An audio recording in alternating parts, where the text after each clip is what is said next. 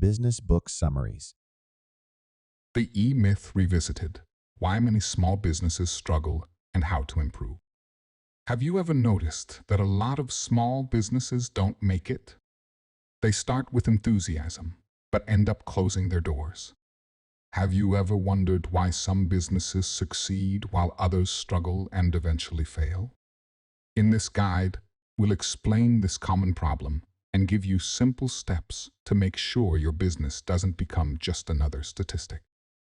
Did you know that in the USA, 1 million small businesses start each year? However, a whopping 40% of them don't make it past the first year, and a staggering 80% close within the first 5 years. That's 800,000 businesses that don't make it. And most of these failures happen because of what we call the E-myth. Before we delve further, remember that we regularly share new content. Don't forget to subscribe to our channel Business Book Summaries and hit the notification bell for the latest updates. So, what is this E-myth? It's a big misunderstanding in the world of business. People think that being really good at a specific skill or having a brilliant idea is enough to run a successful business.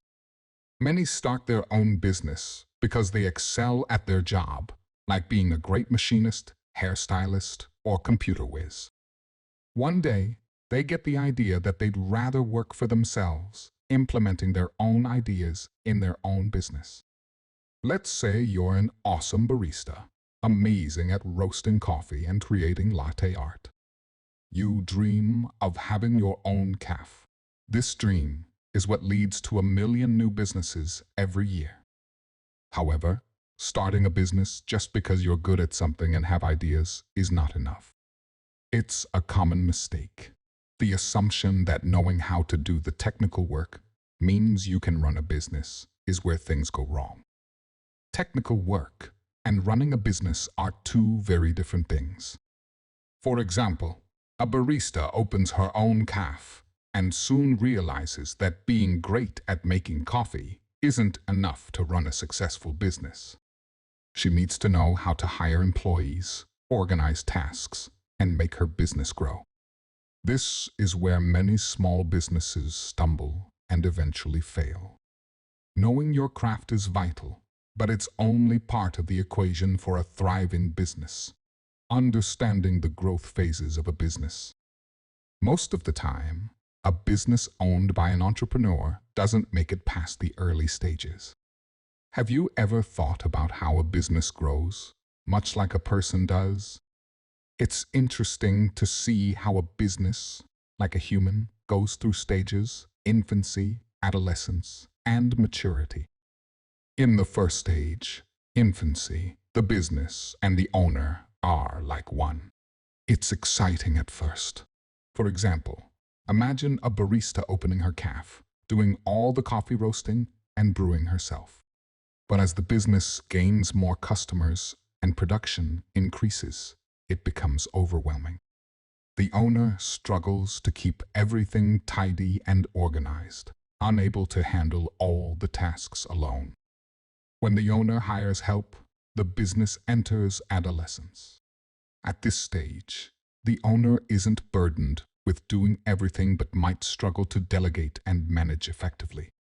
They might not oversee the work properly, leading to complaints from customers, like poorly made lattes at the cafe. During adolescence, the owner needs to step out of their comfort zone, realizing they can't control every detail. The business won't succeed unless it grows beyond what the owner can handle alone.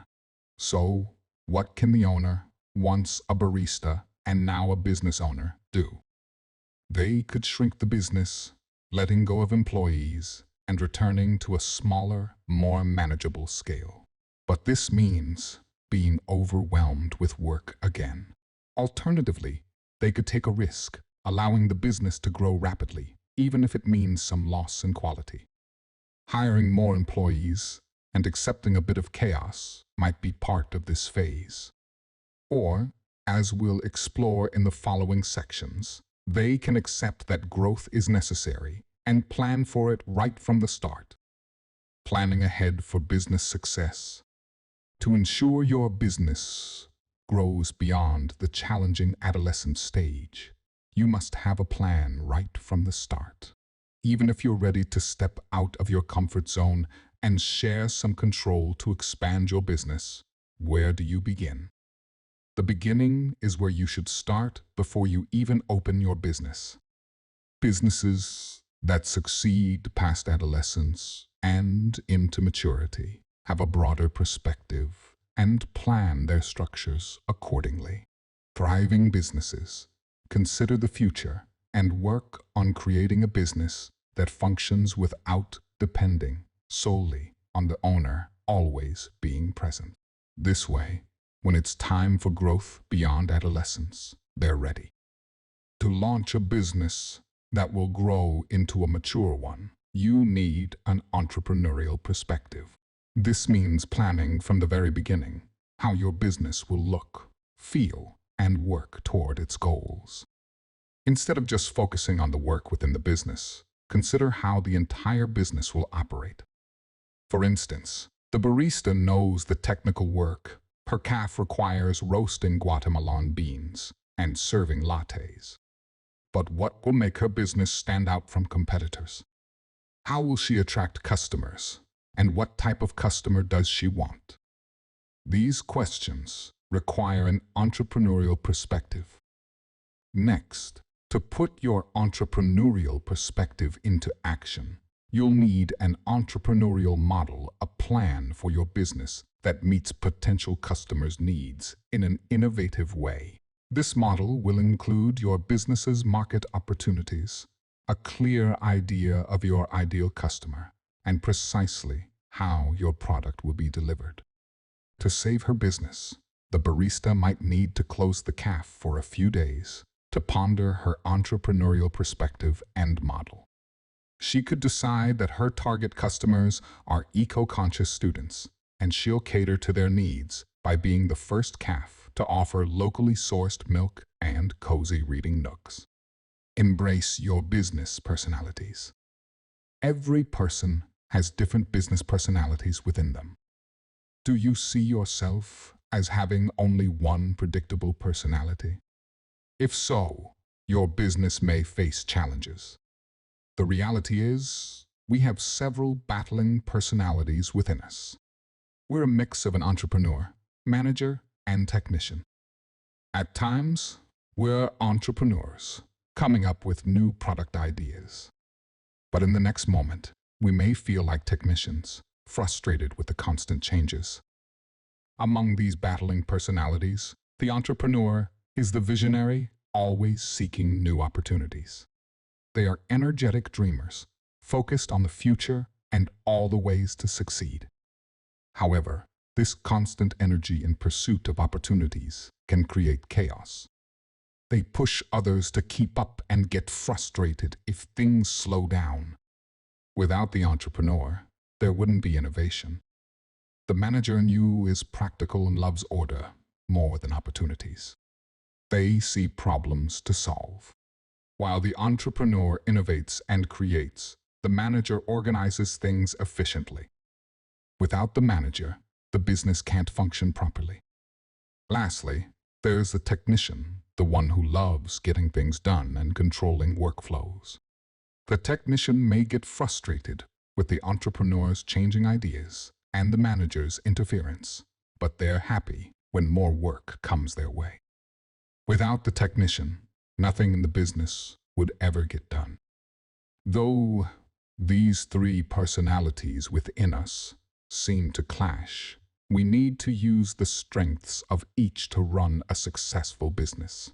On average, a small business owner is about 10% entrepreneur, 20% manager, and 70% technician. Now you know the odds against you if you decide to start a company.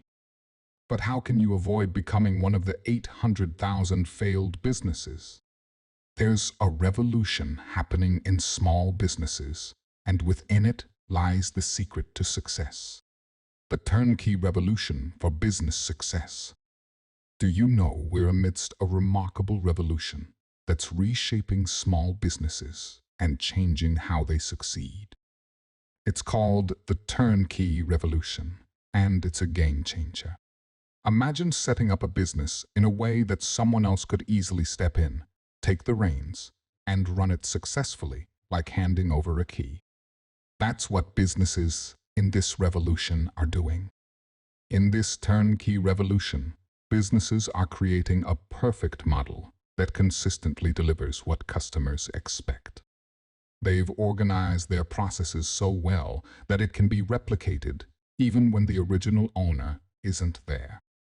It's like creating a franchise. To make your business part of this turnkey revolution, you need what's called a business format franchise. This means you have a clear model that you can hand over to someone else to run your franchise.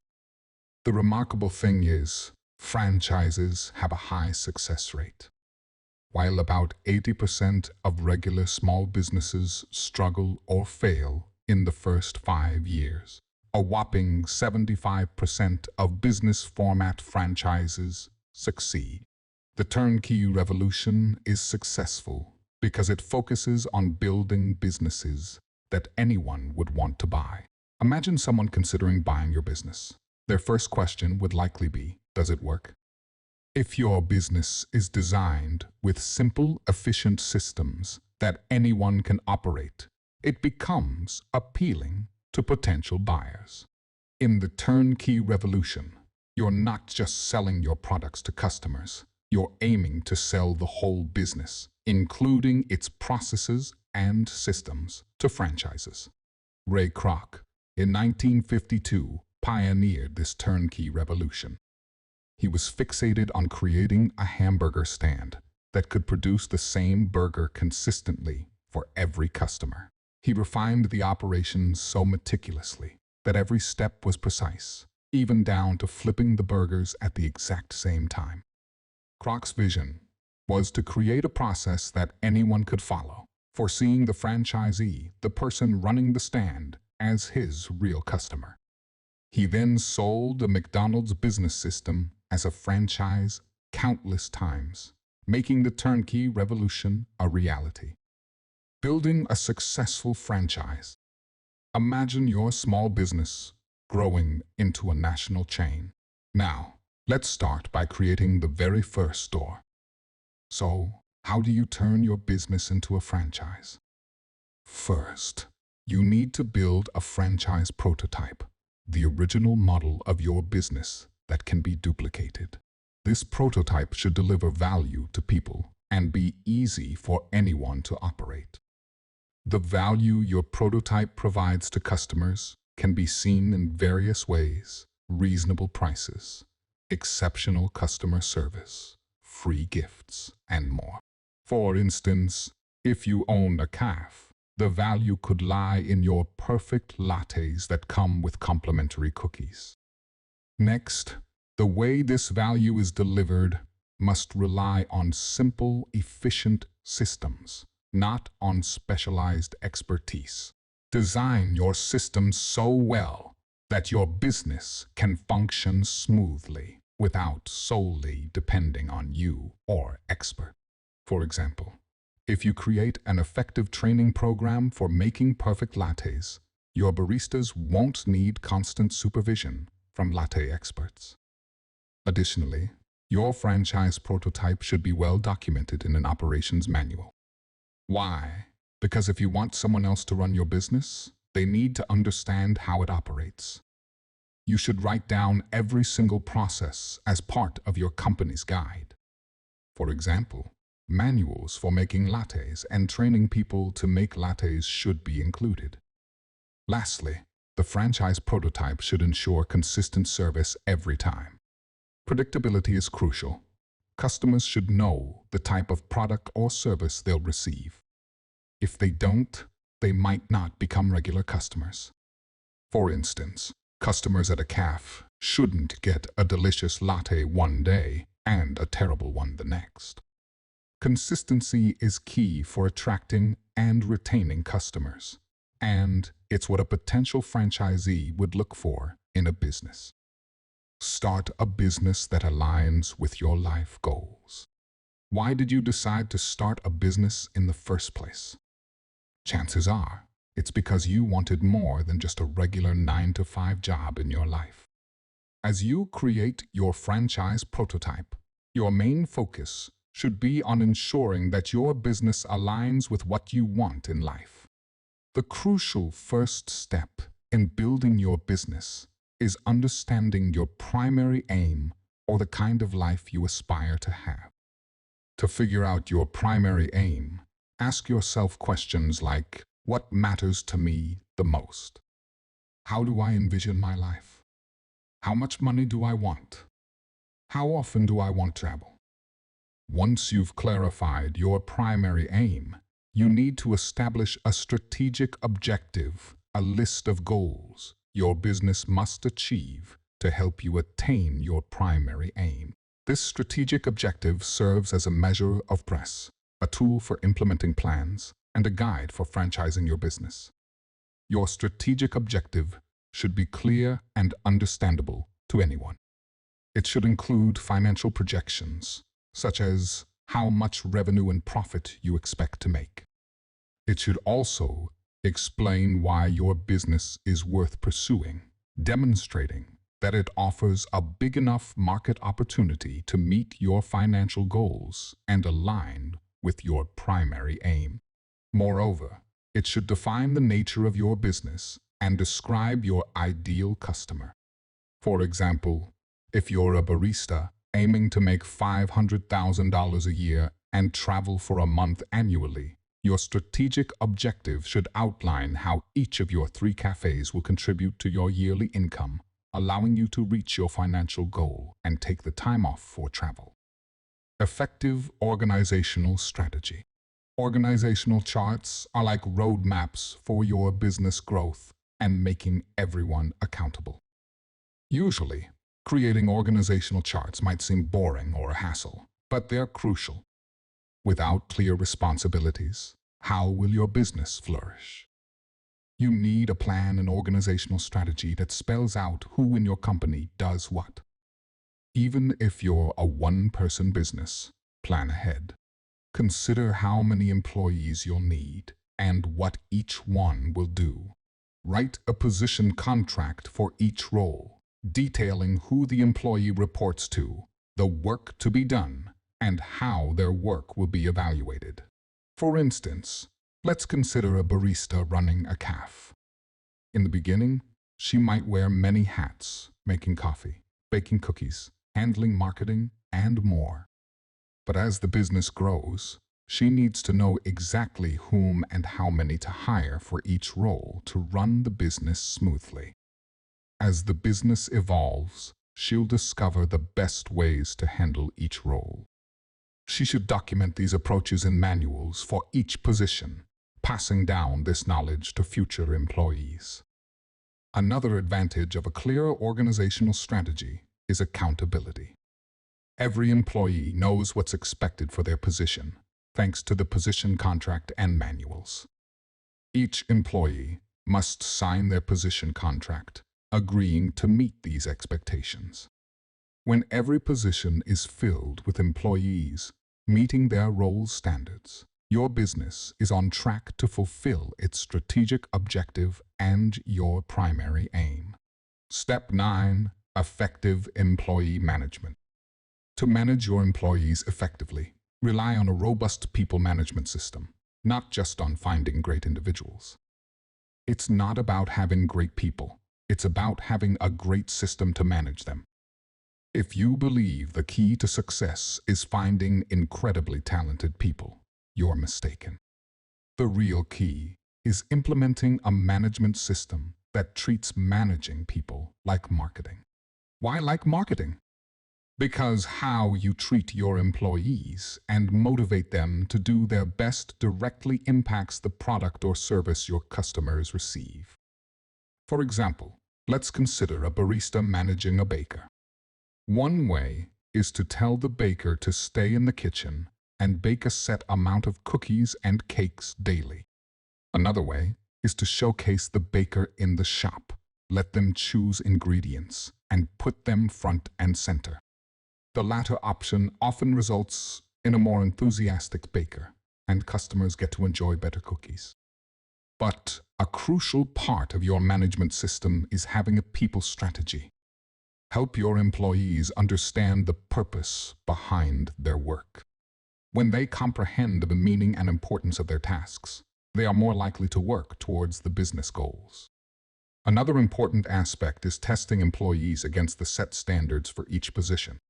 For instance, if creativity is a goal for the cafe, the barista could tell the baker that creativity is crucial. The baker needs to design a unique cake schedule each week, keeping creativity at the forefront. This way, the baker is continually challenged, customers get more choices, and creativity is emphasized, meeting a business objective. Prioritize customer-centric marketing. Next, focus entirely on understanding and meeting your customers' needs. When it comes to marketing, the best approach is straightforward. Prioritize your customers above all else. Begin by understanding your customers. Consider their demographics. How old are they? Where do they live? Then, delve into psychographics. Why do they buy? Why would they choose to buy from you instead of someone else? Even if you're a small business, like a cafe, you can conduct simple customer surveys. Offer your customers a small reward, like a free cookie, in exchange for filling out a short survey. Ask about their age, location, and what they enjoy doing in their free time. This information helps you tailor your products to suit your customers better, making them more likely to make a purchase. Tailor your marketing to match your customers' profiles. Use what you've learned about them to create marketing strategies that resonate with them. For example, IBM found that a specific shade of blue appealed to its customers, signifying dependability. They incorporated this shade, now known as IBM Blue, in their packaging and design. To make your franchise prototype attractive to potential franchisees, your marketing approach needs to be consistent and scientific. By scientific, we mean using data and tests to determine the best strategies. If your research shows that your customer base is getting younger, or your current advertising methods aren't as effective, be ready to adapt. For instance, you might switch to online ads to reach a younger audience effectively. We're keen to hear your thoughts on our content. Feel free to share your opinions or recommend books in the comments section.